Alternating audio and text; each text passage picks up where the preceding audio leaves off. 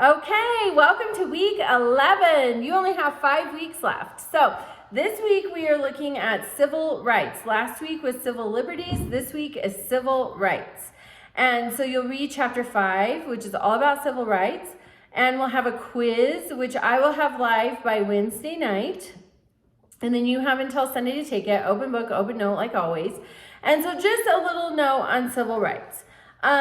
So after the Civil War, we have the Civil War amendments to the Constitution. Then we see the court interpreting them in a way that seems to contradict in cases such as Plessy versus Ferguson, in which the Supreme Court interpreted the 14th Amendment to create the separate but equal law doctrine. The dissent in the Plessy case, the 1896 Plessy versus Ferguson case, was written by Justice Harlan. He disagreed with separate but equal.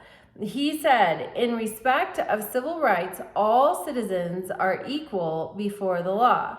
Our Constitution is colorblind, and the separate but equal doctrine cannot be justified upon any legal grounds. So then we see many things happening from 1896 until the 1964 Civil Rights Act. We're starting to see things start to be desegregated. President Truman desegregated the military in 1948. Then Brown versus Board of Education desegregated public schools in 1952. And also in there, in 1942, we see the Congress of Racial Equality, known as CORE, and they were activists associated with the Fellowship of Reconciliation. They were influenced by Gandhi. They were peacefully protesting the segregation and the many racial injustices.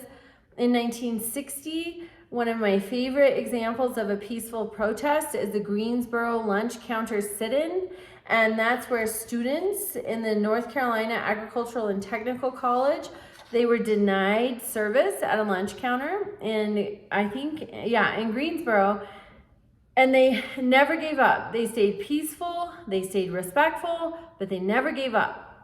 If you want to know more about it, it's the 1960 Greensboro lunch counter sit-in. It's fabulous. It's very exemplary for peaceful protests. And then also in this chapter, we see women's rights at issue. So in 1776, Abigail Adams, she was married to our second president under the Constitution, John Adams.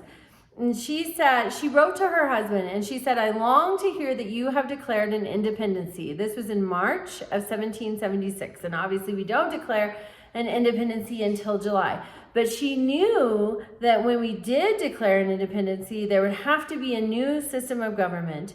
And she asked that in this new system of government, that they would remember the ladies and be more generous and favorable to them than your ancestors.